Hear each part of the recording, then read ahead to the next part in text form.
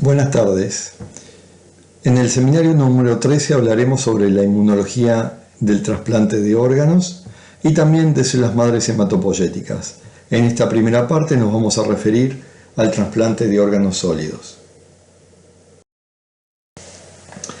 En primer lugar, vamos a dar una definición. Trasplantar significa trasladar.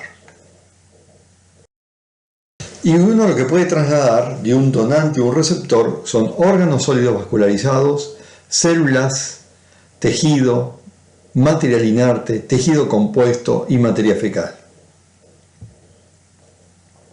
A los fines del trasplante solamente se considera trasplante en los casos del trasplante de órganos sólidos vascularizados, de células, tejidos y tejido compuesto. Pero no se considera un trasplante de material inerte, ya que en realidad los materiales inertes se los considera una especie de un reemplazo. Por ejemplo, en el caso de un reemplazo valvular.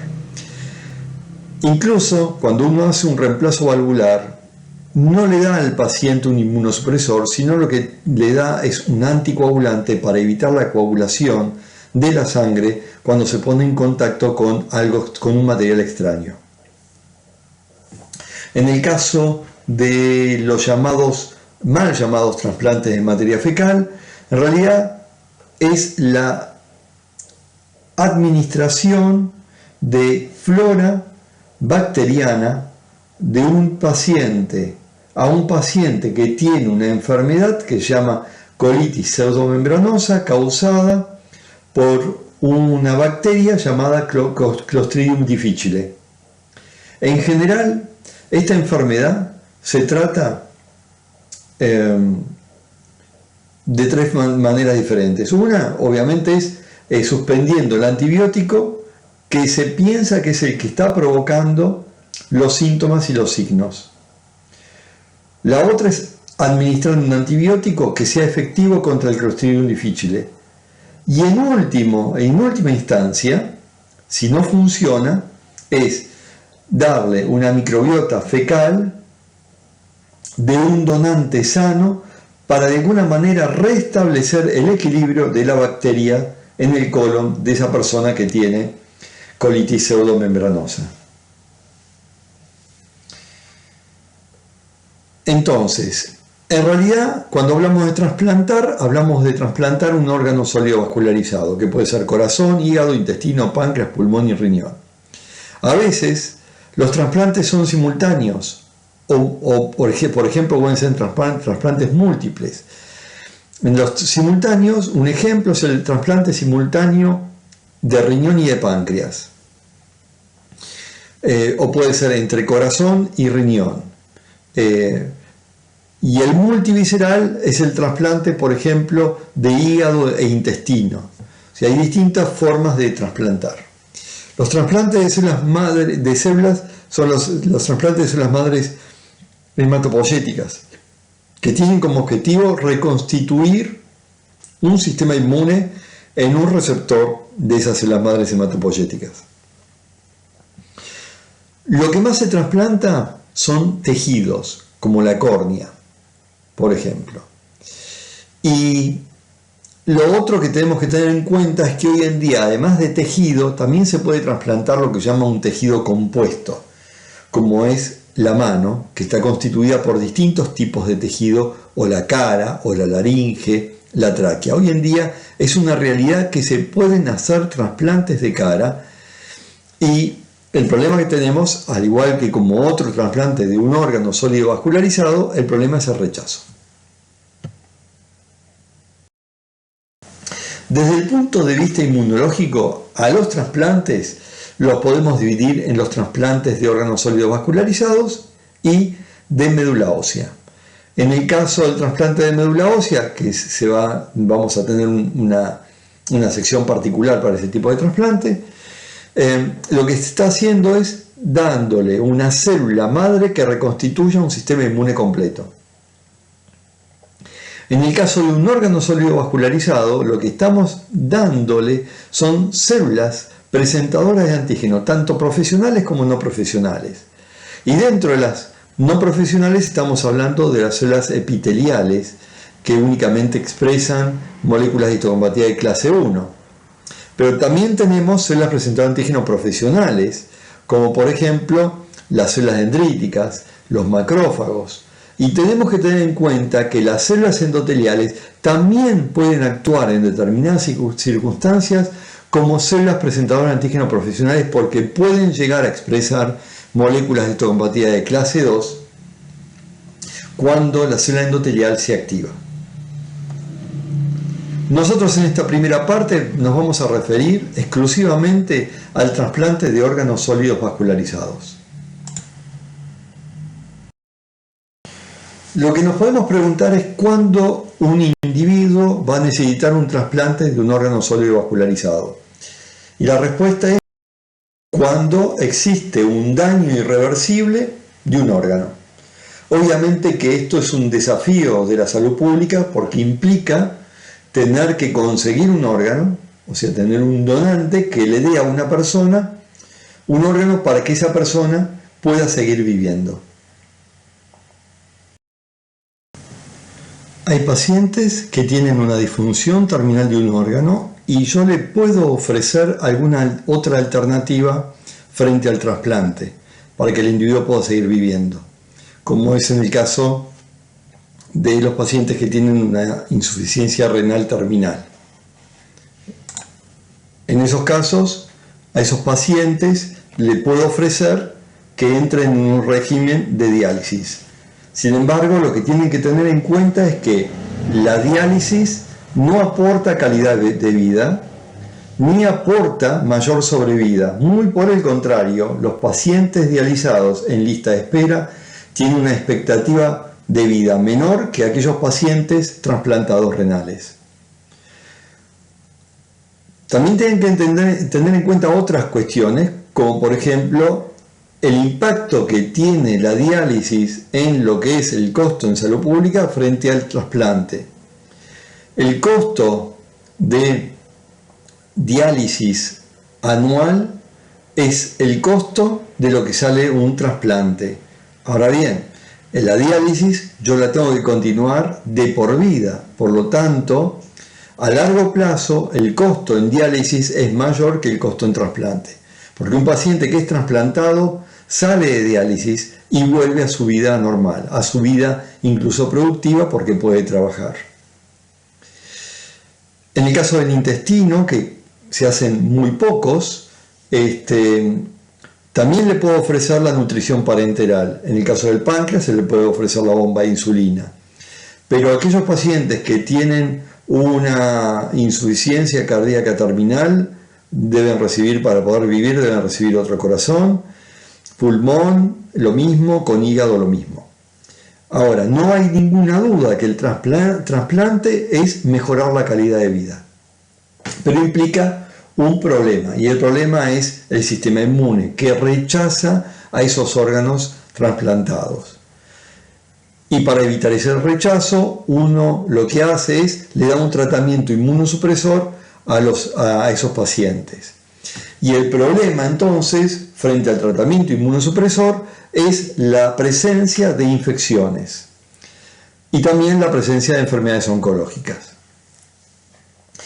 De tal manera que uno tiene que ajustar muy bien la inmunosupresión para no sobreinmunosuprimir o no subinmunosuprimir, es decir, no tener una inmunosupresión exagerada para que genere infecciones y enfermedades oncológicas, ni tener una muy baja inmunosupresión de tal manera de favorecer el rechazo. Es decir, siempre estamos en un equilibrio frente a lo que es la inmunosupresión. Por eso es muy importante, y es lo que se está tratando de hacer, es buscar biomarcadores que me estén indicando si estoy inmunosuprimiendo de manera correcta a un paciente.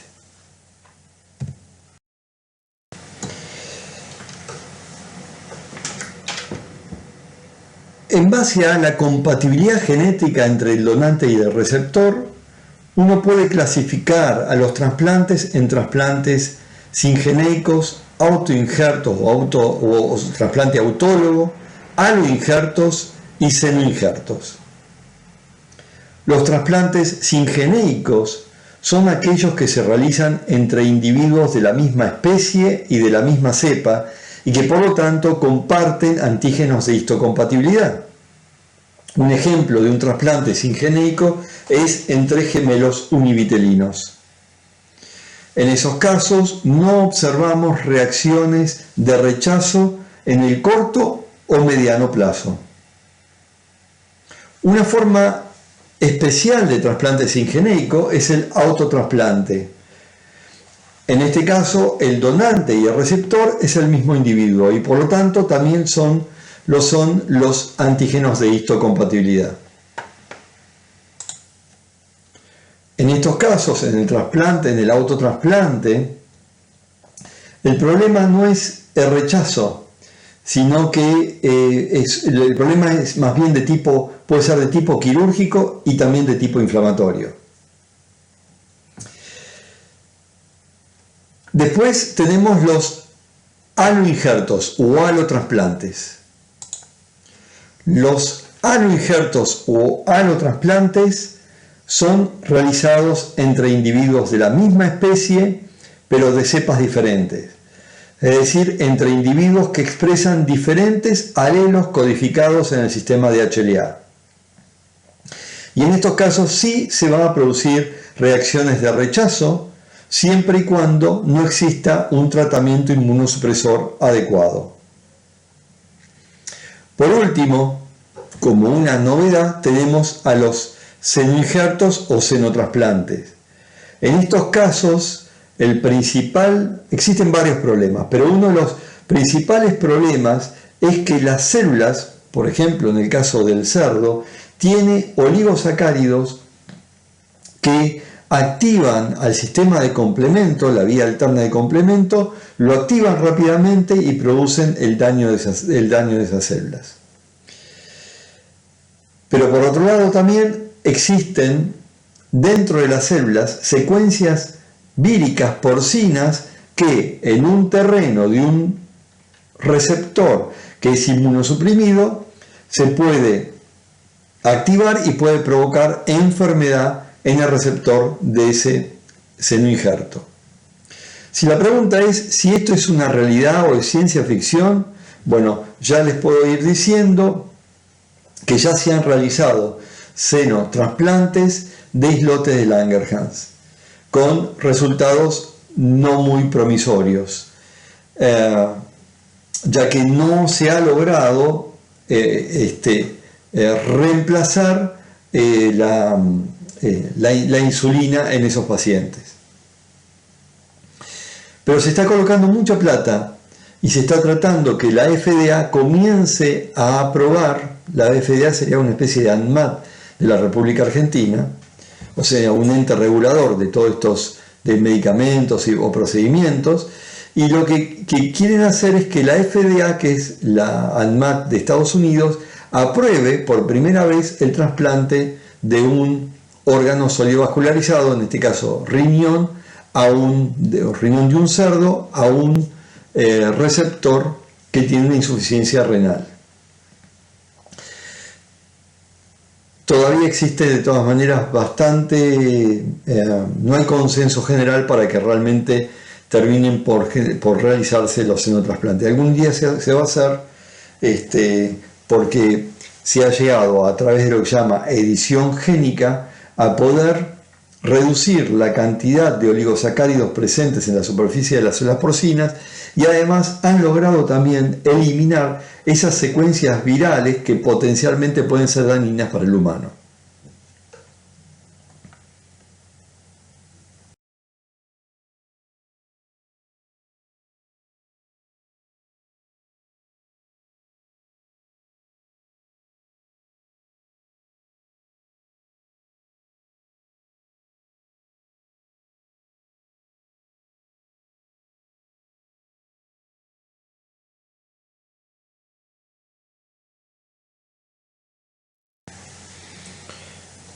Ahora bien, la pregunta es ¿por qué se rechaza? Y para poder responder esta pregunta tenemos que tener en cuenta que nuestro sistema inmune rechaza todo lo que no es propio. En cambio es tolerante frente a lo propio. Y Al existir diferencias genéticas entre individuos de la misma especie, esas diferencias genéticas están dadas principalmente en un sistema que ustedes ya vieron que tiene un alto polimorfismo, tiene poligenismo y tiene codominancia, que es el sistema HLA. Repasemos algunos conceptos importantes con respecto a las moléculas, al sistema HLA. En primer lugar, tenemos que saber que existen 18.691 alelos de las moléculas de clase 1. Recordemos que las moléculas de clase 1 podían ser HLA-A, HLA-B, HLA-C. Esas son las clásicas. Y dentro de las moléculas de clase 2 existen 7.065 alelos, que podían ser HLA, DR, DP, DQ. Las combinaciones posibles son las que ustedes tienen ahí en la filmina. Lo ven ahí. Son 358 por 10 a la 21 combinaciones posibles. Cada residuo diferente puede contribuir, puede ser reconocido por un TCR diferente. Y eso hay que tenerlo en cuenta. Y también lo que tenemos que tener en cuenta es que el cambio de un simple nucleótido, el cambio de un solo aminoácido, puede hacer que una molécula de HLA de un donante sea una molécula de HLA inmunogénica, capaz de ser reconocida por un TCR y capaz de desencadenar una respuesta inmunológica.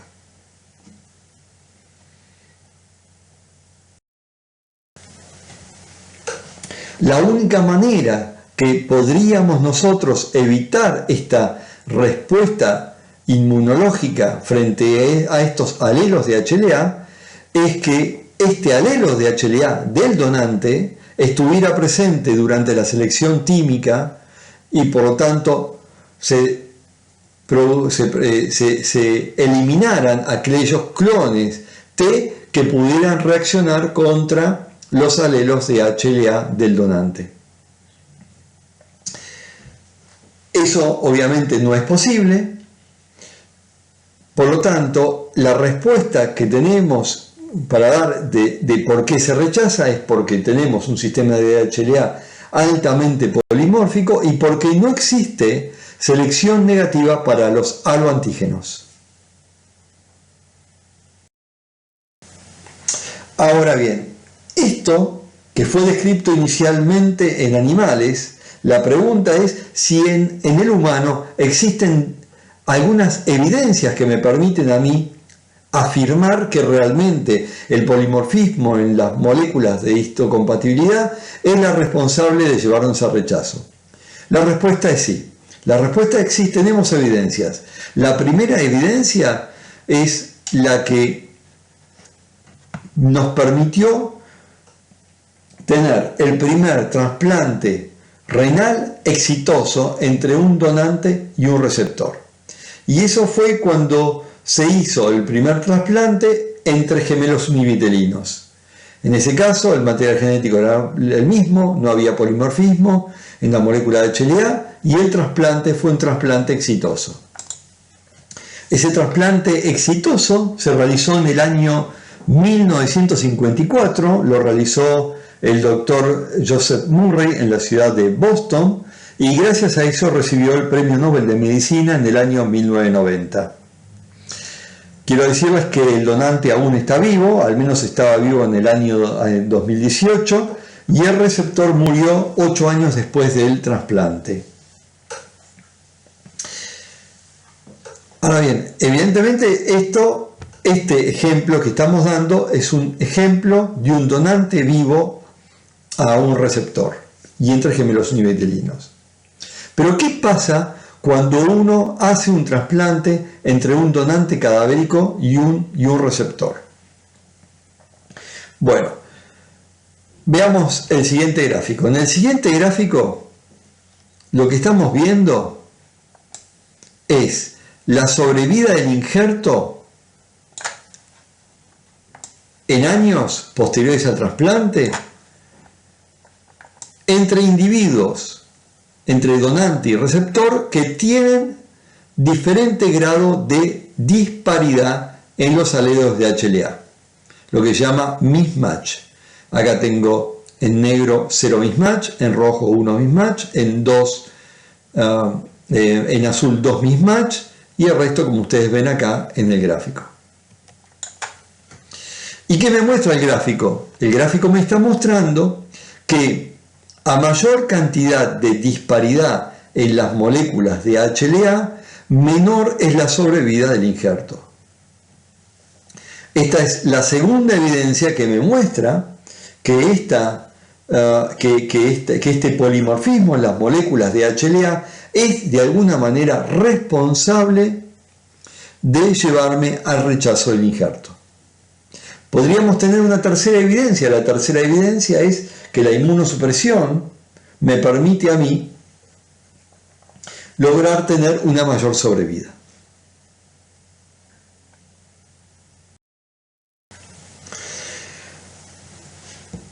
En trasplante solemos tener una terminología un poco diferente con respecto a todo lo que hemos visto en inmunología en las primeras clases de inmunología. Cuando hablamos de un antígeno que nos genera una respuesta inmunológica de rechazo, hablamos de un haloantígeno. Y los haloantígenos son esas proteínas que tienen un alto polimorfismo poblacional. Cuando tenemos una respuesta inmune frente a esos haloantígenos, hablamos de una respuesta inmune haloreactiva. Cuando hay anticuerpos contra esos haloantígenos, hablamos de haloanticuerpos. Y si tenemos células que tienen, por ejemplo, linfocitos T, que tienen un TCR que reconocen a los haloantígenos, allá hablamos de células haloreactivas.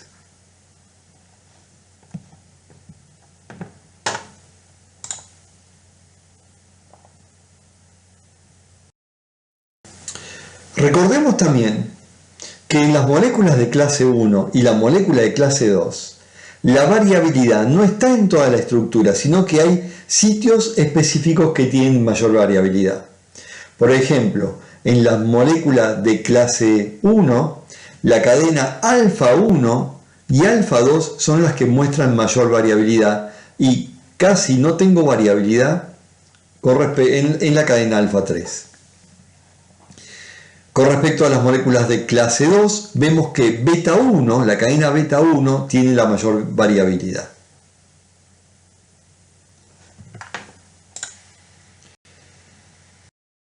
Podría preguntar qué pasaría si yo tuviera compatibilidad completa en los antígenos mayores de histocompatibilidad. Bueno, aún así yo podría tener una reacción de rechazo, ya que existen antígenos menores de histocompatibilidad. Los antígenos menores de histocompatibilidad, ejemplos de ellos son las proteínas codificadas en el cromosoma Y del hombre, que pueden ser reconocidas como antígenos por una mujer receptora de un órgano. O proteínas polimórficas que son diferentes a las que están codificadas en las moléculas de histocompatibilidad. Pero tenemos que tener en cuenta que la respuesta inmune del receptor contra el órgano trasplantado es mayoritariamente contra las moléculas de clase 1 y de clase 2 y en segundo lugar contra los antígenos menores de histocompatibilidad. Y dentro de las moléculas de clase 1 y clase 2 es contra HLA-A, HLA-B. Y contra las de clase 2 es DR y DP.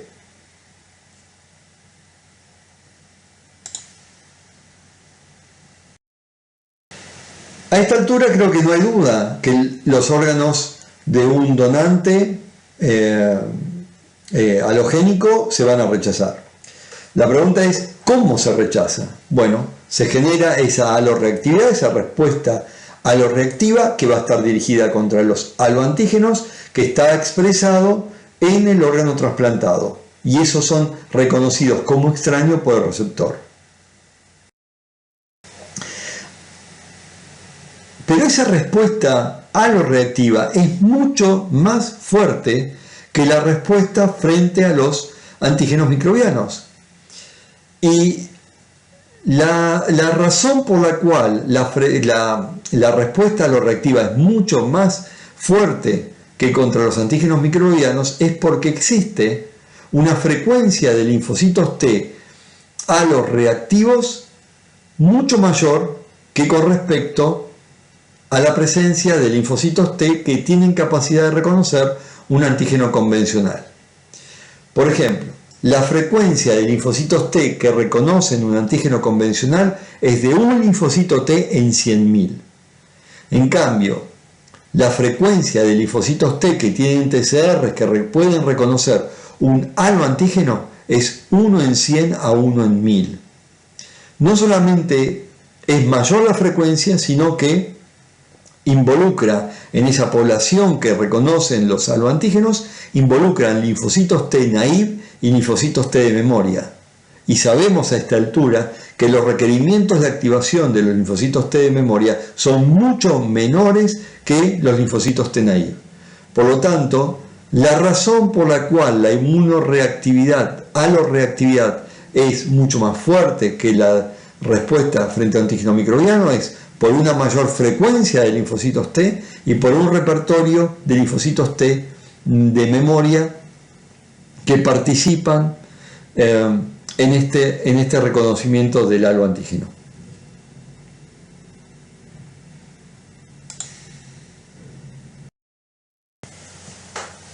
Cuando uno hace un trasplante de un órgano a un receptor, se puede encontrar frente a dos situaciones. Un receptor que debe montar una respuesta inmune primaria porque nunca antes su organismo vio los aloantígenos o algún aloantígeno presente en el órgano del donante. O la otra situación es que sea un individuo que por alguna razón ya haya montado una respuesta halogénica y tenga anticuerpos halogénicos preformados o células aloreactivas preformadas contra los alelos de HLA del donante. Vamos a referirnos a la primera situación. La primera situación es un individuo que se lo trasplanta y debe montar una respuesta inmune aloreactiva primaria. Vamos a la primera situación, o sea, el individuo que debe montar una respuesta inmune aloreactiva primaria. En ese caso, debe generar una respuesta inmune como lo haría con un antígeno microbiano. Es decir, tiene que procesar y presentar los aloantígenos en los órganos linfáticos secundarios. Tiene que activar y generar una respuesta inmune efectora aloreactiva, humoral y o celular, lo que se llaman las respuestas mixtas, que son humorales y celulares. Y tiene que ejercer un daño. Ese daño puede ser un daño agudo y también puede ser un daño crónico. El daño crónico siempre existe si le damos tiempo. El daño agudo aparecerá o no dependiendo de la inmunosupresión. Vamos a describir ahora cómo se monta la respuesta inmune aloreactiva primaria. En esta diapositiva vemos acá las células parenquimatosas y células presentadoras de antígenos profesionales, como las células dendríticas, que se encuentran en el órgano trasplantado en un receptor. Estas células dendríticas, a raíz de un proceso de maduración, dado por un proceso isquémico, van a comenzar a migrar al ganglio linfático regional del receptor. Y ahí se van a encontrar con los linfocitos T del receptor y los van a activar. Esta activación no debería ocurrir en base a otro de los paradigmas de la inmunología que nos dice que existe una restricción de la activación de los linfocitos T por las moléculas de histocompatibilidad. Es decir, lo que el concepto que nosotros teníamos era que un linfocito T se podía activar siempre y cuando reconociera un antígeno extraño en el contexto de las moléculas de histocompatibilidad propias, como ocurre en este caso en la parte inferior izquierda de la diapositiva. Acá tengo unas moléculas de histocompatibilidad propias, un linfocito T propio, un TCR propio que reconoce un antígeno microbiano. Ahora bien, ¿qué ocurre en trasplante? En trasplante ocurre lo que se llama la vía directa de activación, en donde la molécula de histocompatibilidad es una molécula halogénica. El péptido puede ser péptido propio del receptor y el TCR es un TCR del receptor. Por lo tanto, acá tenemos que el linfocito T está recibiendo señal 1, que es la molécula de MHC halogénica con un péptido, y una señal 2 alta que va a activar al linfocito T. La cantidad de linfocitos T que se pueden activar son mucho mayores que lo que normalmente ocurriría frente a un antígeno microbiano. Y por lo tanto la proliferación es una proliferación alta. Lo que tenemos que tener en cuenta es lo siguiente. La razón por la cual ocurre de alguna manera la activación de los linfocitos T, a pesar de existir un MHC que es un MHC extraño, es porque el MHC extraño, halogénico, tiene una conformación estructural que simula a la de un MHC propio con un péptido extraño. O sea que esta estructura que ustedes ven tienen acá, MHC propio con un péptido extraño, está siendo imitado por la molécula MHC halogénica con un péptido X. Ese péptido, toda esta estructura, fíjense que esta porción pertenece a la molécula de HLA halogénica, es la que me está activando a los linfocitos T del receptor.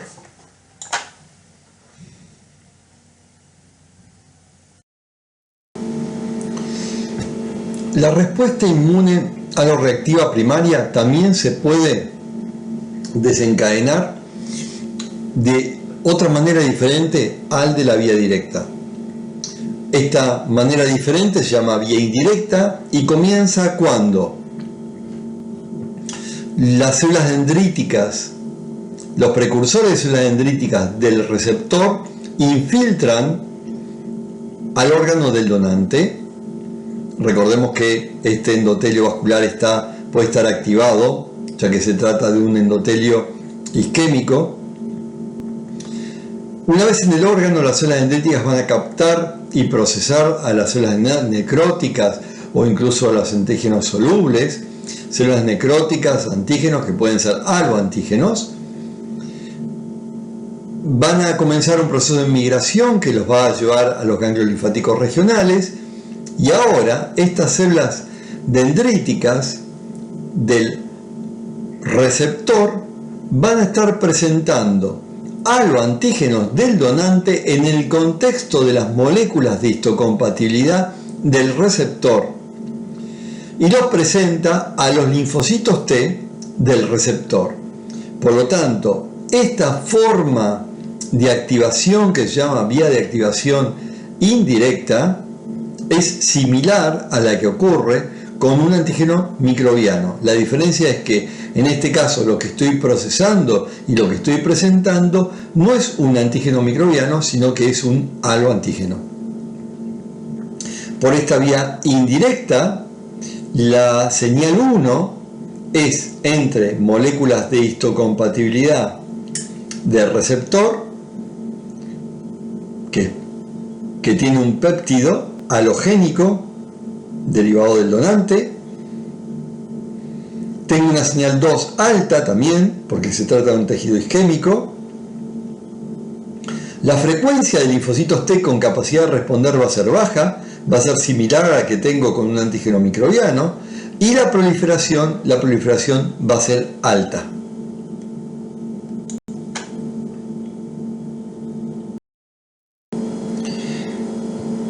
Existe una tercera forma de lograr la activación de una respuesta inmune aloreactiva. Ya vimos la vía directa, que es la que ustedes tienen acá, célula dendrítica del donante activando linfocitos T de receptor.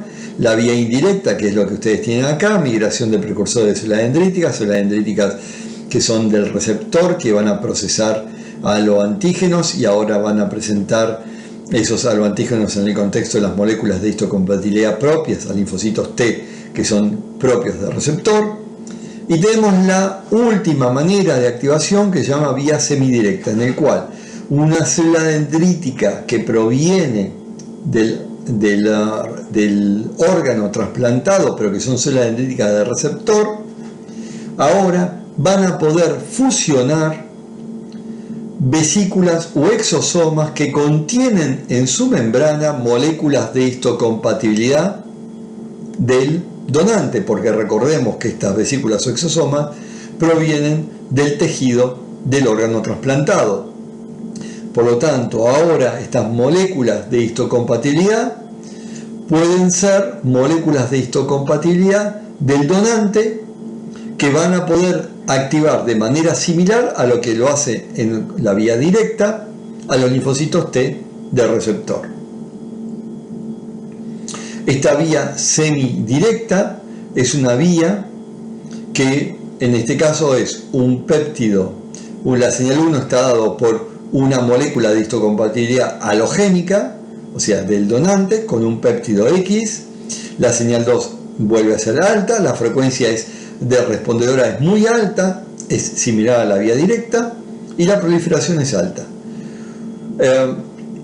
Lo que tenemos que tener en cuenta también es que esta célula dendrítica que fusiona vesículas va a tener o puede tener en su membrana moléculas de histocompatibilidad del donante, pero también puede tener moléculas de histocompatibilidad del receptor. Por lo tanto, puede dar lugar a la activación de la vía indirecta o a la activación por un mecanismo similar al de la vía directa.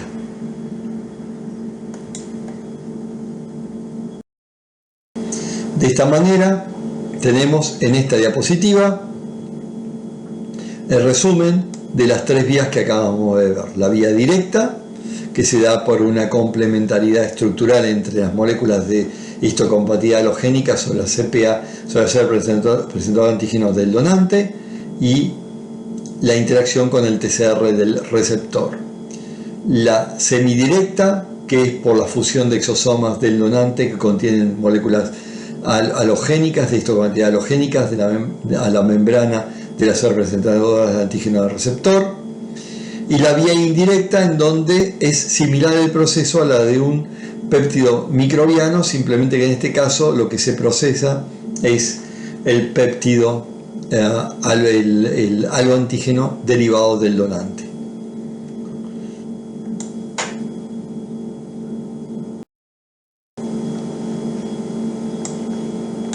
El resultado de esa presentación, ya sea vía directa, vía indirecta o semidirecta, es la generación de una respuesta inmune efectora aloreactiva que puede ser humoral y o celular.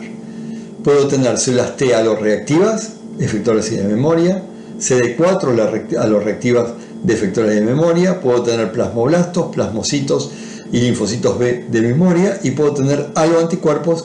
Todos estos pueden generar la lesión del parénquima. Pero lo que hay que tener en cuenta es que no todas las vías van a poder generar respuestas del mismo tipo. Veamos. A ver, la vía directa me va a poder activar a los linfocitos T CD4 y a linfocitos T CD8, siempre y cuando por una complementariedad estructural este TCR del CD8 reconozca a esto como algo extraño, a estas moléculas de clase 1 como extraño, y este TCR del CD4 reconozca por complementariedad a esta molécula halogénica como algo extraño. En este caso se activa CD8, generando efectores CD8, efectores de memoria CD8, y lo mismo para el CD4. En el caso de la vía indirecta, como es la que tenemos acá en la parte inferior, dijimos que esta vía indirecta es similar a la de un antígeno microbiano, y por lo tanto, por la vía indirecta, yo podré activar a un linfocito TCD4 que se podrá diferenciar a un linfocito TH1, TH17 o a una T folicular helper para ayudar a la producción de anticuerpos a un linfocito B. Ahora bien, lo que hay que tener en cuenta también es que si existiera cross presentation, en el caso de la vía indirecta también podrá activar a un linfocito T CD8. En el caso de la vía semidirecta, podrá activar a un linfocito TCD8 principalmente, porque recordemos que los exosomas y las vesículas provienen principalmente del parénquima de las células, y del parénquima de las células son mayoritariamente células presentadas antígenos no profesionales, por lo tanto tendrá clase 1, por lo tanto principalmente se activará CD8, y las chances de poder activar CD4 son mucho menores. Por lo tanto, para la activación del CD4 yo tendré vía directa, vía indirecta, pero probablemente no tenga por la vía semidirecta.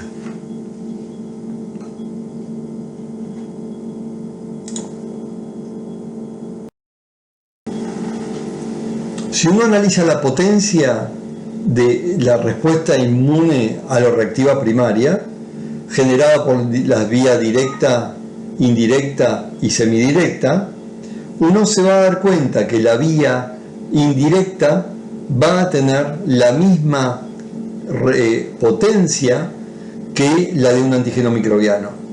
Y eso dependía de las frecuencias de encontrar un linfocito T que tuviera un TCR con capacidad de reconocer al haloantígeno. Y en este caso será un linfocito T en 100.000 o en 1.000.000 con capacidad de reconocer al haloantígeno.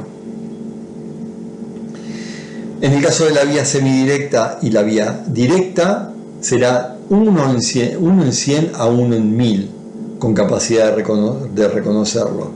Y recordemos que la vía semidirecta probablemente esté activando a un CD8. En este caso, para la vía semidirecta y directa, la activación será la de un linfocito naive y linfocito de memoria. Todo esto en un contexto de un tejido que se encuentra dañado, que se encuentra isquémico, y por lo tanto tiene una alta capacidad para generar una mayor activación. ¿Por qué? Porque hay liberación de TAMS y puede haber una sobreinfección agregada, por lo tanto puede haber una activación de receptor de reconocimiento de patrones por PAMS. Hasta acá lo que hemos visto es cómo podemos desarrollar una respuesta CD4, CD8 por las distintas vías. Pero, ¿cómo logro generar aloanticuerpos? ¿Cómo logro generar una respuesta humoral?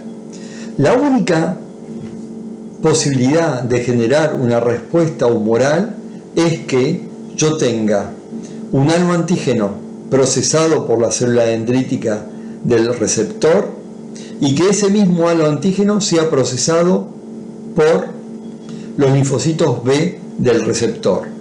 Recordemos que la célula dendrítica que procesa el aloantígeno lo presentará a un linfocito T del receptor y ese linfocito T del receptor CD4 se transformará en un T folicular helper que podrá ayudar a la activación del linfocito B, que también tuvo la posibilidad de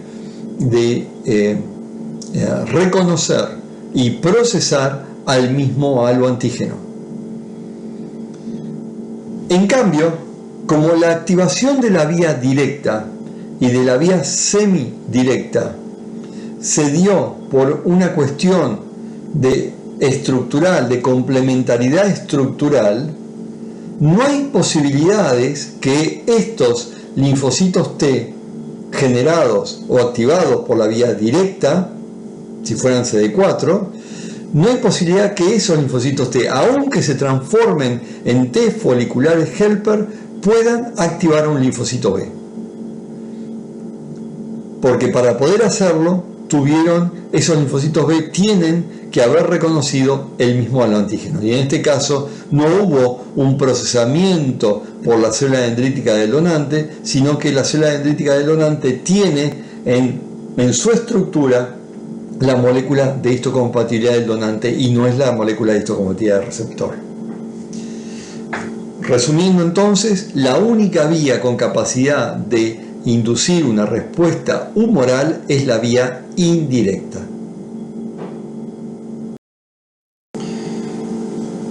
Bien, había otra posibilidad de respuesta y era una respuesta aloreactiva que se genere de manera secundaria, o sea, que ese individuo ya estuviera sensibilizado frente a los antígenos de HLA.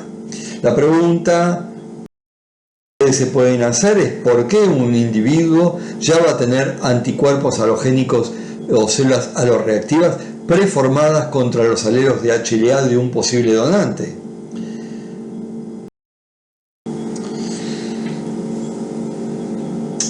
Ahora bien, ¿cuáles pueden ser las causas de la halosensibilización? Transfusiones previas, recordemos que es un paciente trasplantado y que seguramente ha tenido una enfermedad y ha requerido trasplante de sangre, y puede ser de plaquetas también. Puede ser una mujer multípara, puede haber recibido un trasplante previo, o puede haber desarrollado lo que llamamos una inmunidad heteróloga. ¿En qué se basa la inmunidad heteróloga? La inmunidad heteróloga se basa en la historia previa de infecciones, principalmente infecciones de tipo virales.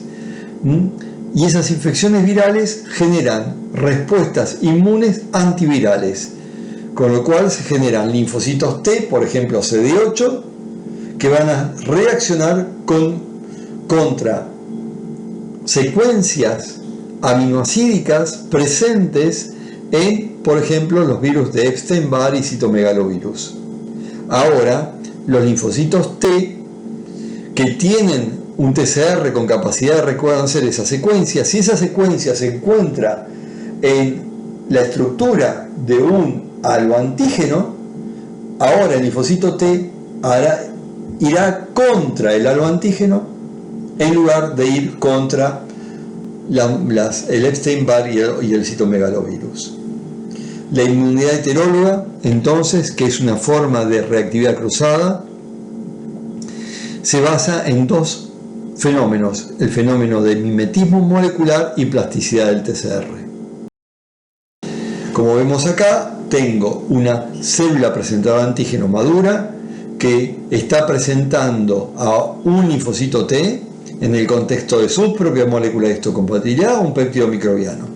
Este linfocito T ahora es un linfocito T que de memoria, activado de memoria, con capacidad de reconocer ese antígeno, ese péptido microbiano, pero ahora lo que está reconociendo es en la célula halogénica del donante la molécula de HLA, el alelo de HLA, que tiene la misma secuencia peptídica que en el péptido microbiano. Por lo tanto, logro lo que se llama una cross-reactividad.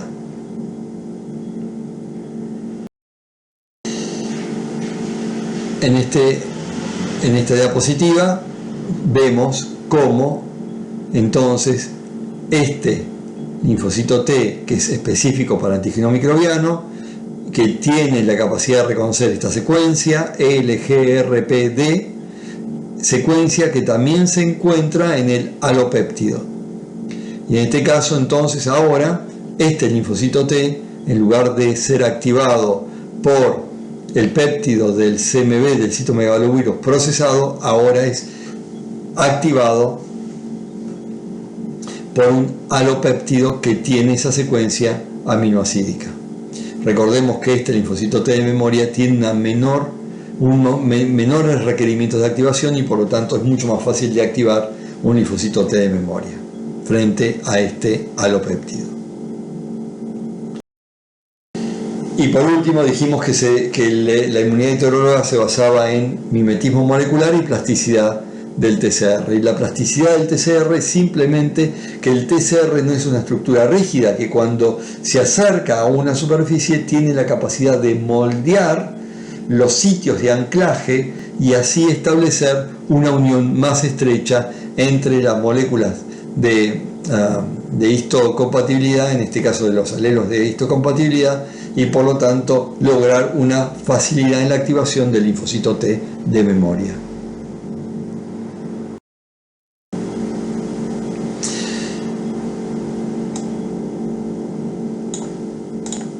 Entonces hasta acá vimos cómo se induce la respuesta inmune primaria o secundaria. Me va a generar anticuerpos, aloanticuerpos o células aloreactivas. Si hay anticuerpos preformados en ese individuo y estoy haciendo un trasplante con anticuerpos que reconozcan aloantígenos, rápidamente se van a formar complejos inmunes aloantígeno, aloanticuerpo y se va a activar la vía clásica del complemento. Ahora, si hay células aloreactivas, CD8, van a provocar citotoxicidad. En cambio, si hay células aloreactivas CD4, se producirán respuestas celulares y humorales. Recordemos que la humoral siempre y cuando se active por la vía indirecta.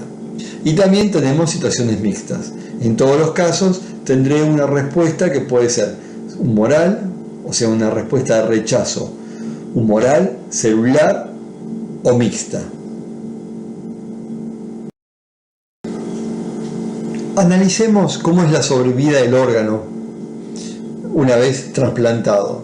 Vemos acá que la sobrevida de los riñones provenientes de donantes cadavéricos al año es del 91%, a los 10 años es 42%. La de los donantes vivos al año es 95%, a los 10 años 54%. La del hígado es 83% al año, 52% a los 10 años. Y acá tienen también para el corazón y para el pulmón. Estos son reportes del año 2006 de trasplantes realizados en el año entre 1995 y 2004. Ahora, por eso es que necesitamos, para evitar la pérdida de los órganos, necesitamos drogas inmunosupresoras. Ahora, a pesar de las drogas inmunosupresoras, igual el órgano se rechaza. Pero fijémonos en este caso.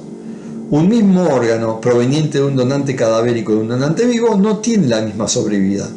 Por lo tanto, debe haber algún otro factor que no tiene que ver con lo que es la histocompatibilidad. Y ahora nos vamos a referir a eso. Existen distintos factores, además de la compatibilidad en las moléculas, en el complejo mayor de histocompatibilidad, que influyen sobre la sobrevida del injerto.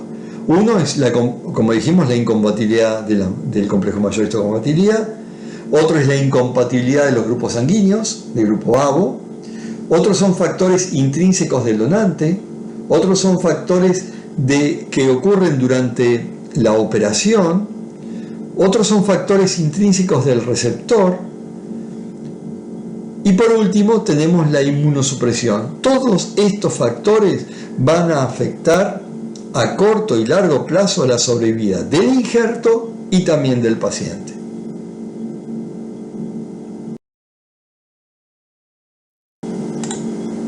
Este gráfico es muy interesante.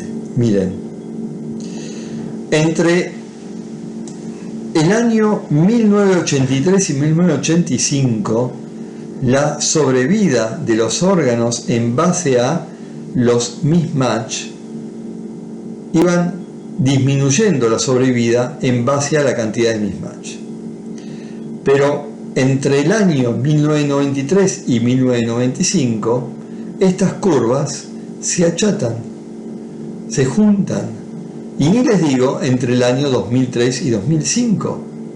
Si los mismatch no se modificaron, ¿por qué se van a modificar estas curvas? Si la incompatibilidad era la misma que yo tenía acá, que acá, que acá. Algo sucedió, y lo que sucedió acá, para que estas curvas se achaten, es la modificación de los tratamientos inmunosupresores. Se consiguieron mejores drogas inmunosupresoras que de alguna manera reducen el rechazo debido al factor mismatch. O sea que el factor mismatch hoy en día no tiene tanta relevancia. No trato de conseguir el máximo de mismatch, sino que trato de priorizar quizá algún otro factor y no el factor mismatch.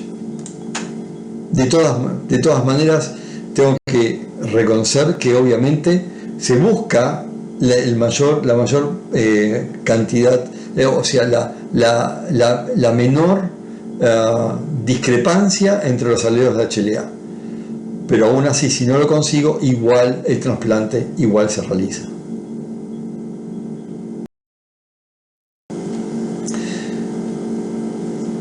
Dentro de los factores que dijimos que influían en la sobrevida del injerto, teníamos factores intrínsecos del donante. No es lo mismo un donante fallecido por muerte encefálica que por muerte cardíaca.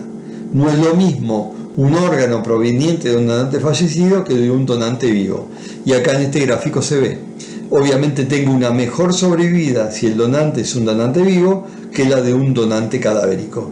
Y ni les digo entre un donante cadavérico óptimo frente a un donante cadavérico llamado cadavérico con criterio extendido, y que puede ser, por ejemplo, un donante que sea un donante añoso o un donante que tenga y que sea hipertenso. Dado a que existe una poca oferta de órganos o faltan órganos, aún así se prefiere hacer trasplantes con donantes con criterio extendido para aumentar la sobrevida de esos pacientes. En la Argentina solamente utilizamos donantes fallecidos con muerte encefálica, es decir, a corazón latente. Usamos con criterio óptimo y con criterio extendido. En la Argentina no se usa donantes con muerte cardíaca, y una de las razones por las cuales no se usa con muerte cardíaca es porque no disponemos de las máquinas de perfusión. Y entre la calidad de los órganos provenientes de los donantes con muerte cardíaca versus muerte encefálica, es mucho mejor las que provienen de muerte encefálica. Simplemente les digo, para que tengan una idea, es que hay países en donde no aceptan donantes fallecidos con muerte encefálica, solamente aceptan con muerte cardíaca. Y hay países que no aceptan donantes fallecidos con muerte cardíaca y únicamente aceptan con muerte encefálica, como ocurre acá en la Argentina. ¿Qué implica la muerte encefálica entonces? La muerte encefálica implica una inestabilidad de ese donante, de ese posible donante, un cambio hemodinámico, una tormenta de citoquinas, una tormenta de catecolaminas, una hipovolemia que hace muy difícil mantener la perfusión de los órganos. Si yo no puedo mantener la perfusión de los órganos, entonces no voy a poder trasplantar ese órgano no va a ser útil. Por lo tanto, lo que tengo que tratar de hacer es lograr evitar la hipoperfusión de los órganos, lograr disminuir al máximo la activación endotelial, que igualmente va a ocurrir porque ese donante con muerte encefálica tiene una activación inmunológica, con activación de complemento, con gran producción de citoquinas, con gran activación de receptores de diferentes citoquinas. Todo eso me lleva a que el órgano que voy a trasplantar ya en el donante esté sufriendo un reclutamiento de leucocitos, esté activado la cascada de la coagulación, simplemente porque tengo activación endotelial. Y todo eso me lleva a la ausencia de los factores que uno considera factores citoprotectores, y me lleva a un órgano que va a tener una peor respuesta cuando uno lo trasplante. Ese órgano, una vez trasplantado, le va a costar volver a funcionar como lo hacía en el donante, cuando estaba en el donante.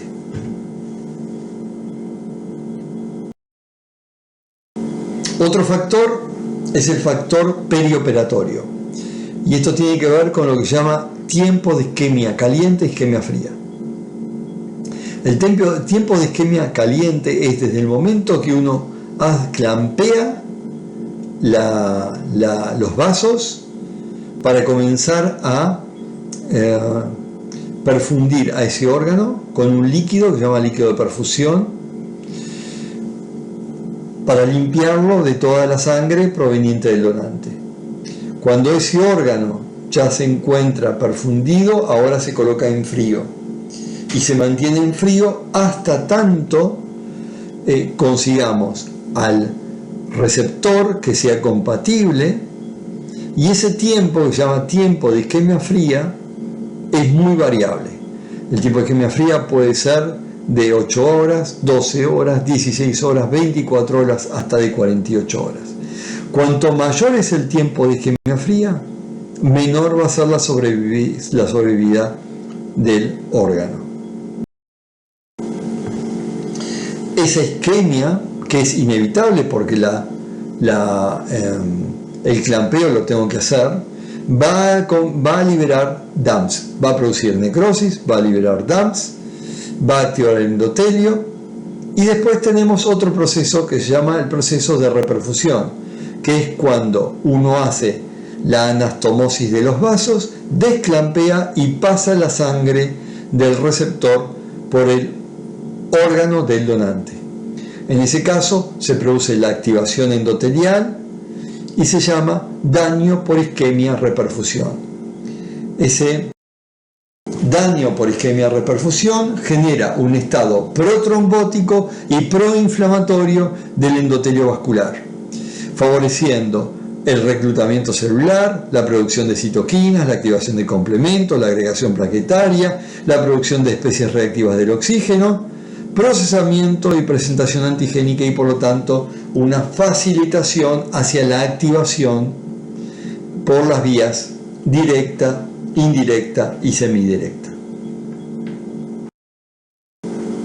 En esta diapositiva vemos cómo esa ablación, esa hipoxia, esa reperfusión me lleva a un cuadro inflamatorio con gran producción de especies reactivas del oxígeno, gran activación endotelial, que desde un punto de vista clínico tiene un correlato, que es la presencia de lo que llamamos un DGF, Delay Graft Function, un retardo en la función del injerto. ¿Qué significa un retardo en la función del injerto? Significa que uno tiene un órgano que en el donante funcionaba. Ahora saco ese órgano, lo coloco en el receptor, y cuando lo coloco en el receptor no funciona. Y tarda un cierto tiempo hasta que comienza a funcionar. Ese retardo en la función del injerto impacta en la sobrevida del órgano. Cuanto mayor es el tiempo en recuperar la función, menor es la sobrevida del órgano a largo plazo. Por lo tanto, lo que uno tiene que evitar son tiempos de isquemia caliente y de isquemia fría largos, porque eso implica un mayor retardo en la recuperación funcional del injerto.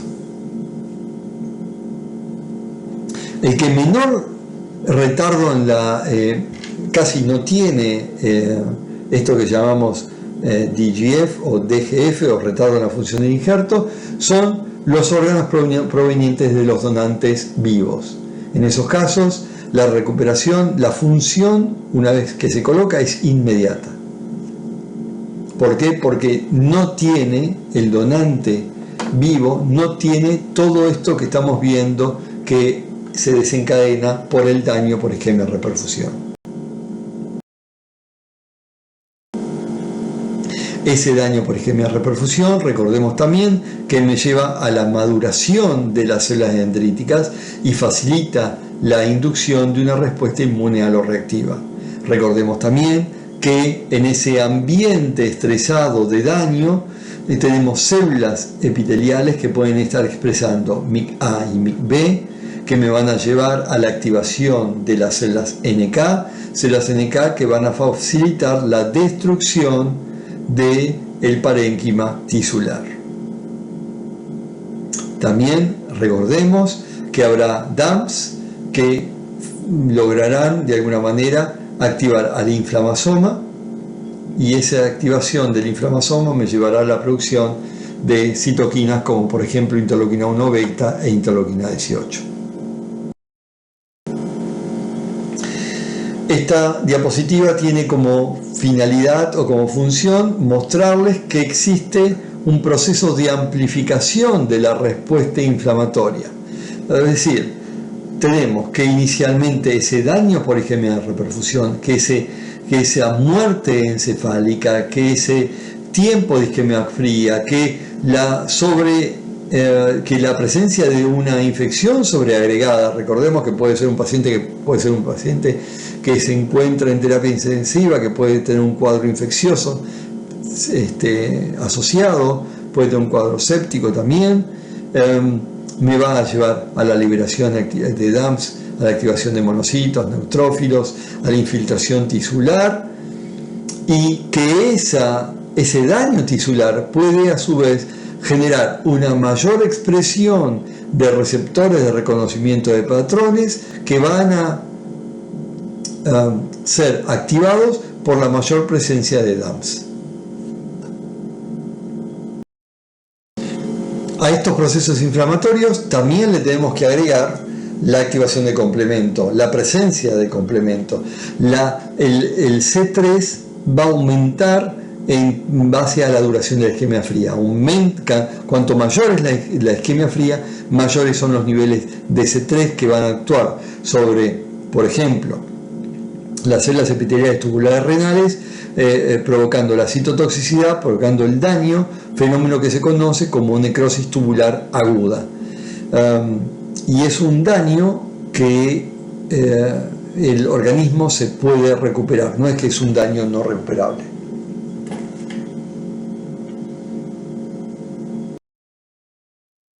Entre los factores intrínsecos del receptor se encuentra la enfermedad de base, a veces hay una recidiva en la enfermedad, la edad del receptor, cuanto mayor es el receptor, menor va a ser la posibilidad, la sobrevida del injerto, la sensibilización y el desarrollo de una respuesta inmune de novo. Todos son factores intrínsecos del receptor que impactan en la sobrevida del injerto. El otro factor es la inmunosupresión, como ya lo vimos. La inmunosupresión, que no existe un consenso de tratamiento inmunosupresor, pero en general la inmunosupresión se habla de una terapia inmunosupresora combinando 3 inmunosupresores o 4 inmunosupresores. Todo depende en base a lo que llamamos, y que vamos a ver después, en base a lo que llamamos un riesgo inmunológico. Cuanto mayor es el riesgo inmunológico, la terapia inmunosupresora debe ser mucho más drástica, mucho más fuerte que en aquellos casos en donde el riesgo inmunológico es menor. ¿Dónde voy a tener un riesgo inmunológico menor? Y por ejemplo, cuando el donante es un donante vivo, el riesgo inmunológico es mucho menor. No todos los órganos tienen la misma inmunogenicidad. Por lo tanto, si uno tiene a mayor inmunogenicidad, la susceptibilidad frente al rechazo va a ser mayor. Y de menor a mayor, como tienen en este gráfico, tenemos córnea, que es menor, y el de mayor inmunogenicidad o de rechazo es la médula ósea. ¿Cuál es el blanco de acción de las células efectoras que van a generar el rechazo? El blanco de acción son los aloantígenos, las moléculas del complejo mayor de histocompatibilidad. Pero también no hay que olvidarse que aunque tenga compatibilidad completa, también puedo tener antígenos menores de histocompatibilidad que me pueden llevar al rechazo. También puede existir neoantígenos, pueden haber antígenos secuestrados y algunos receptores de integrina que pueden interactuar con las células tubulares renales y pueden generar un daño. ¿El daño cómo se traduce? El daño puede ser un daño hiperagudo, que siempre el daño hiperagudo es humoral. El rechazo puede ser un rechazo agudo, que puede ser celular y humoral o mixto, y el crónico, que puede ser celular y humoral o mixto. Esto lo podemos clasificar en base al tiempo, en donde hablamos que un rechazo hiperagudo se da en los primeros días posterior al trasplante, incluso se puede ver quizá en el mismo momento del acto quirúrgico, cuando uno hace el desclampeo y se observa la sangre que entra, la sangre del receptor que entra en la pared vascular, en el territorio vascular del donante, y ahí ve cómo se comienza a presentar un órgano todo azulado, con un rojo intenso, que me está diciendo que algo está ocurriendo y que es la activación del complemento por la generación de complejos inmunes antígeno-anticuerpo. El rechazo agudo se da entre la primera semana y los primeros meses, y el crónico más allá del tercer mes. Pero lo que tienen que tener en cuenta es que desde un punto de vista médico es más importante, más que el tiempo, las características histopatológicas, que uno los estudia con una muestra de una biopsia obtenida en los pacientes en donde sospechamos que existe un rechazo.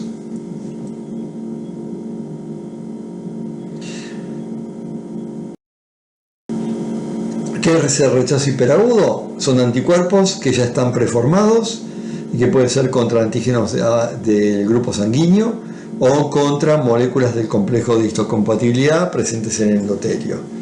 Se forma el complejo inmuno-antígeno-anticuerpo, se activa el complemento, hay activación, y al activarse el complemento tendré anafilotoxinas, tendré factores quimiotratantes, tendré opsoninas, tendré la formación de un poro, de la formación del complejo de ataque lítico. Y además recordemos que tendré a través de la activación de complemento el reclutamiento por C3A y C5A de neutrófilos que van a estar activados por el mismo C3A y C5A, y de esa forma se genera una respuesta inflamatoria y trombótica con oclusión del vaso. La oclusión del vaso, la disminución de la luz del vaso, me va a generar un flujo turbulento, llevándome a mayor activación endotelial y a mayor respuesta inflamatoria y respuesta protrombótica. En el rechazo agudo, recordemos que el rechazo agudo puede ser celular o humoral. En el caso de la respuesta de rechazo agudo celular, se va a manifestar principalmente a nivel de el tejido intersticial, a nivel del tejido intersticial. Lo que vemos es que los linfocitos T y los monocitos, los linfocitos T CD4 aloreactivos y los monocitos, y también los linfocitos T CD8, van a llegar a las vénulas postcapilares del injerto, van a migrar, van a infiltrar, produciendo una infiltración intersticial. En cambio, en el rechazo agudo humoral, tengo anticuerpos que van a poder reconocer moléculas de histocompatibilidad de clase 1 y de clase 2, van a activar al complemento, y esa activación del complemento me va a llevar a la formación a la interacción con receptores para complemento, llevándome a la trombosis, a una llamada capilaritis, o sea, inflamación de los vasos, con migración de leucocitos, y a una trombosis, o sea, la activación de la coagulación. También recordemos que esos anticuerpos pueden interactuar con los receptores Fc, anticuerpos que tienen que estar sí o sí unidos a los alloantígenos, receptores Fc que pueden estar sobre células NK, sobre macrófagos o incluso sobre neutrófilos, generando en estos casos un mecanismo de citotoxicidad celular dependiente de anticuerpos. En los rechazos crónicos también pueden ser celulares y pueden ser humorales, pero lo característico del rechazo crónico es el engrosamiento de la pared vascular isquémica. Y cuando llegamos a un rechazo crónico, ya el proceso es irreversible. Es decir, un rechazo agudo yo lo puedo salvar. Un rechazo aumentando la inmunosupresión, por ejemplo. Un rechazo crónico es insalvable. ¿Por qué? Por este engrosamiento de la pared vascular, engrosamiento que reduce la luz vascular, que reduce la cantidad de oxigenación tisular, y por lo tanto genera una mayor activación del endotelio, reclutando linfocitos T, monocitos a nivel subendotelial, generando también una expansión de las células mesenquimales y favoreciendo fenómenos profibróticos y principalmente induciendo factores profibróticos, llevando a la fibrosis tisular. A eso se llama, lo reconocemos como vasculopatía del injerto.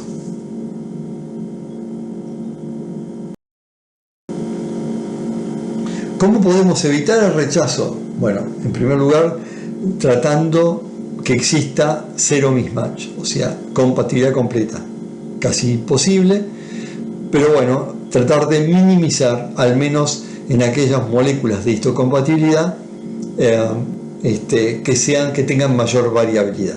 Por ejemplo, HLA-A, HLA-B y DR. Realizar un estudio que se llama crossmatch para descartar a aquellas personas que tengan anticuerpos preformados. Mejorar los tratamientos inmunosupresores. Son los tres factores que tenemos para poder evitar el rechazo y el daño tisular.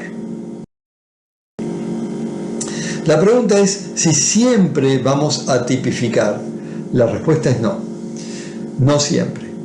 En algunos casos se valora y se prioriza otros factores, como por ejemplo el tamaño del órgano, el grupo sanguíneo y la serología entre el donante y el receptor. Esos órganos en donde no se hace tipificación es el hígado, aunque ahora comenzaron a cuestionarlo y se está pensando en que deberían hacer también la tipificación. El corazón y los pulmones. En esos casos se prioriza el tamaño del órgano, grupo sanguíneo y serología. No es fácil encontrar un órgano, en estos casos una persona que necesita un corazón, lo necesita ya. Por lo tanto, no vamos a esperar a hacer la tipificación para hacerle trasplante. Si conseguimos un órgano que sea compatible en tamaño, se le hace el trasplante y el mismatch, y se lo va manejando en base a la inmunosupresión. ¿Dónde realizamos siempre la tipificación? A nivel renal. Y se tipifica, como le dije, HLA-A, B, DR y la compatibilidad de grupos sanguíneos. Como vemos acá, la compatibilidad absoluta no es necesaria y, como les dije antes, no es necesaria porque yo lo puedo manejar con los tratamientos inmunosupresores actuales. ¿Cuáles son las técnicas de tipificación de las moléculas de HLA? Lo tienen en la diapositiva, son todas técnicas que hoy en día se prefieren, las técnicas moleculares por sobre las técnicas serológicas. Hay técnicas hoy en día muy buenas. Las técnicas moleculares se basan en el empleo de ADN, de sangre o de tejido, y son todas reacciones de tipo PCR.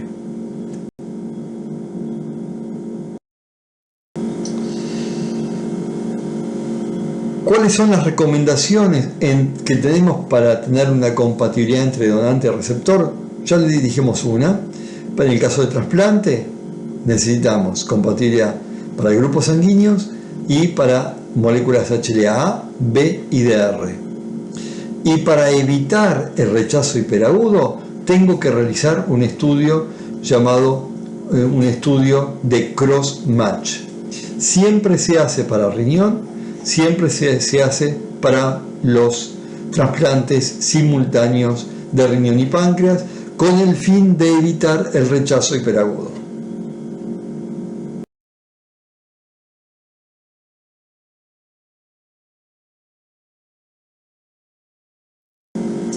¿En qué consiste la técnica de crossmatch? Es muy simple.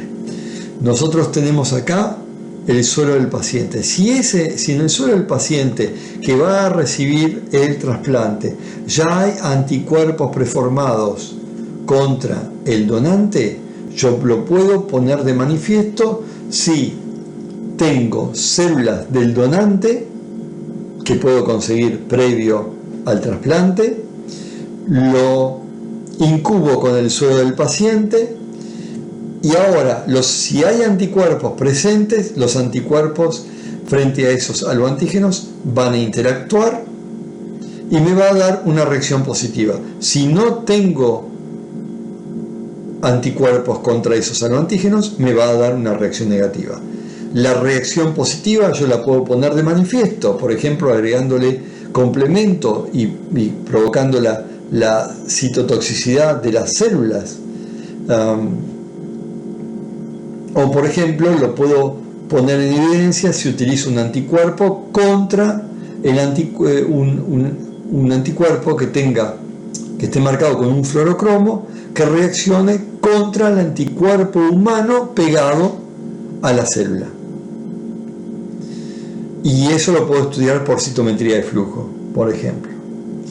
Como dice en este gráfico, pueden ser células o pueden ser bits. Bits son perlas que se generan, que se venden y que tienen sobre su superficie las moléculas de HLA, los aloantígenos. Y entonces yo pruebo contra unas perlas que tienen un determinado conjunto de moléculas de HLA y veo si tienen o no tienen una reacción positiva o una reacción negativa. Entonces, ¿cuál es el objetivo de la detección de anticuerpos contra las moléculas de HLA? Evitar el rechazo hiperagudo, hacer un screening de los sueros de un paciente que se encuentra en lista de espera y saber también si esos anticuerpos son clínicamente relevantes, es decir, si tienen la capacidad de fijar complemento y provocar daño.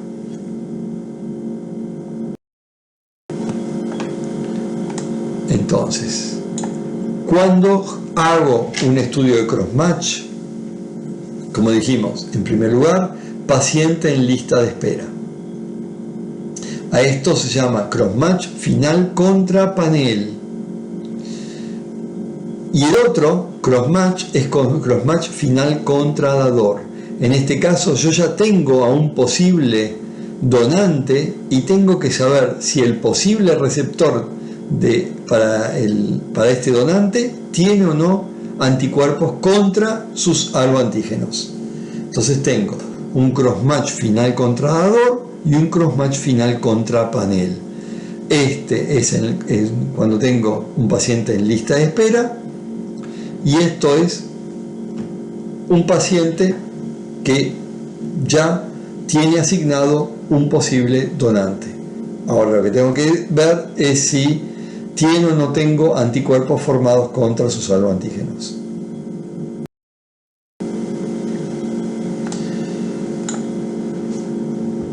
En esta diapositiva tengo distintas formas de poner en evidencia la interacción entre los anticuerpos presentes en el receptor con los aloantígenos del donante. En este caso volvemos a lo mismo que habíamos visto antes. Tengo suero del receptor que puede o no tener anticuerpos, en este caso tiene anticuerpos.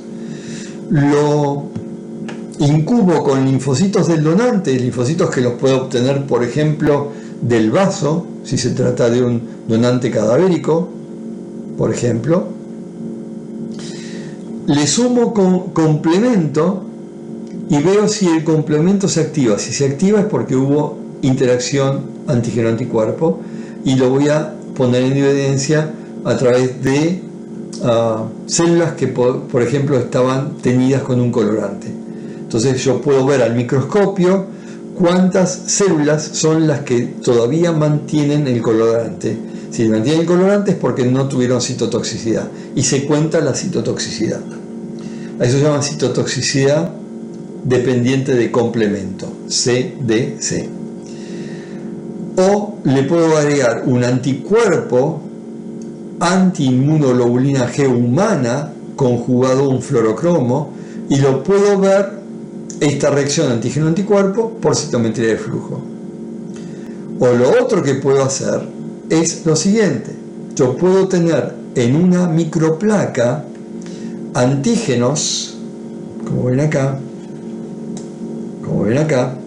antígenos de HLA purificados y movilizados sobre una placa. O puedo tener microesferas que tengan los HLA pegados sobre esa microesfera.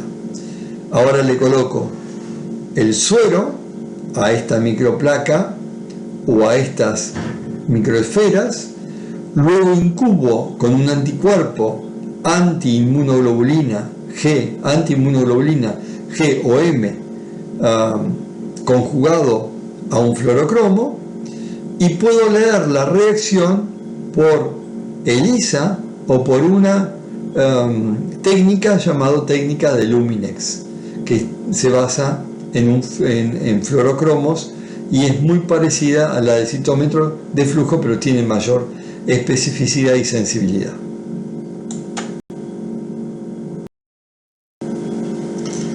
Como dijimos, la presensibilización no se valora siempre, solamente en trasplante renal. Y la presensibilización no es una contraindicación absoluta del trasplante. A veces la necesidad clínica hace que, a pesar de tener un cierto título de anticuerpos, uno decida hacer el trasplante y maneje luego con la inmunosupresión el tratar de evitar el rechazo. ¿Cómo se puede evitar un rechazo? ¿O cómo se puede lograr que una persona que está sensibilizada se desensibilice?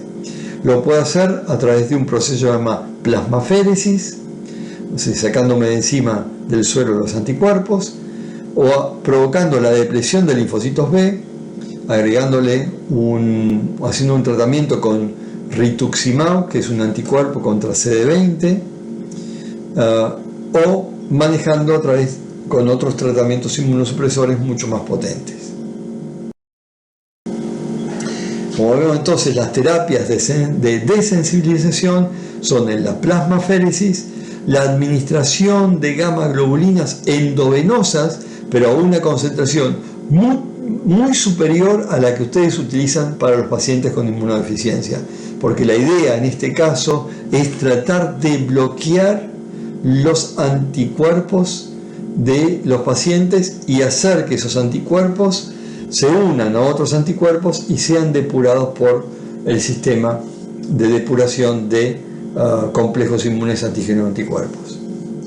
Y por otro lado teníamos el rituximab, como les mencioné antes, que es un anticuerpo contra CD20. Ahora, teníamos un escenario antes de los nuevos tratamientos inmunosupresores, que era: si el crossmatch era positivo, estaba contraindicado el trasplante; si el crossmatch era negativo, era un trasplante de bajo riesgo. Hoy en día cambiamos el concepto y hablamos de definir el riesgo inmunológico y tomar la decisión de trasplantar o no en base al riesgo inmunológico. Y en base a una correcta decisión médica voy a tener un éxito o un fracaso.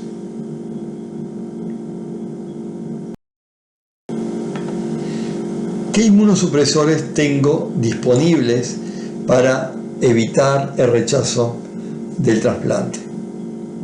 Hay dos tipos de tratamientos inmunosupresores: los llamados tratamientos de inducción, que es al momento de realizar el trasplante. Tengo dos tipos dentro de los tratamientos de inducción: los depletantes y los no depletantes. Los depletantes tienen como función depletar a todas las células con capacidad de reaccionar contra el órgano, como por ejemplo los linfocitos T, CD4, CD8, etc. Estos son anticuerpos policlonales llamados timoglobulina o antitimocítica. Y los no depletantes son anticuerpos monoclonales que bloquean el receptor de alta afinidad de la interleuquina 2. En este caso, el nombre de este anticuerpo no depletante, que bloquea la acción de la interleuquina 2 al bloquear la cadena de alta afinidad del receptor de interleuquina 2, que es el CD25, se denomina basiliximab. Y los tratamientos de mantenimiento que dispongo son corticoides, inhibidores de calcinurina, inhibidores de un factor de transcripción que se llama mTOR, inhibidores de la síntesis de nucleótidos y bloqueantes de la coestimulación. No se utiliza un único inmunosupresor, sino que se utiliza una combinación de inmunosupresores.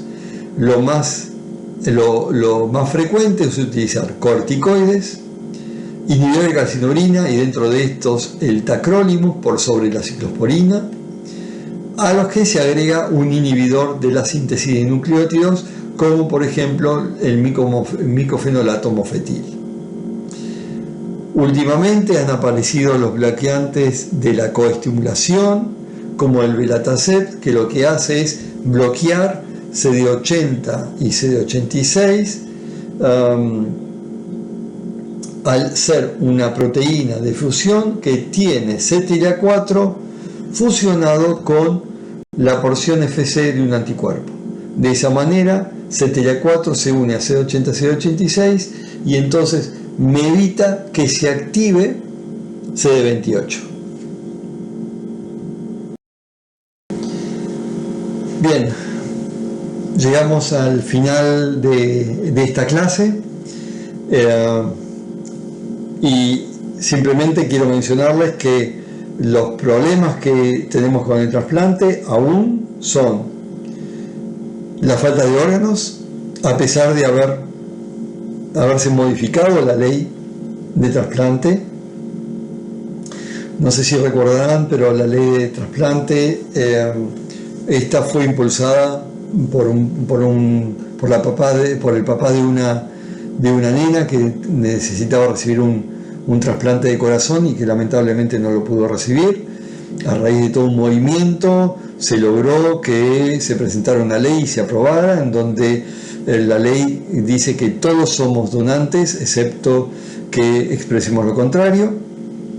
Esta ley mejoró bastante lo que es la donación de órganos, pero aún así tenemos mucha gente que está en lista de espera, que necesita órganos para ser trasplantado, y el grave problema que tenemos es que tenemos un sistema que no logra abastecer a toda la gente que necesita un trasplante. El mejor país con el mejor sistema de donación y cantidad de trasplantes es España. Y esto lo ha logrado gracias a tener un equipo médico que esté capacitado para ocuparse de aquellos pacientes que ya han fallecido y que van a ser los futuros donantes de los órganos. Recordemos que esos pacientes fallecidos, uno necesita ocuparse de esos pacientes, ya que los órganos, para poder ser viables, necesitan continuar manteniendo su perfusión. Muchas gracias, y en otra parte en otra clase van a ver lo que es el trasplante de células madres hematopoyéticas. Gracias.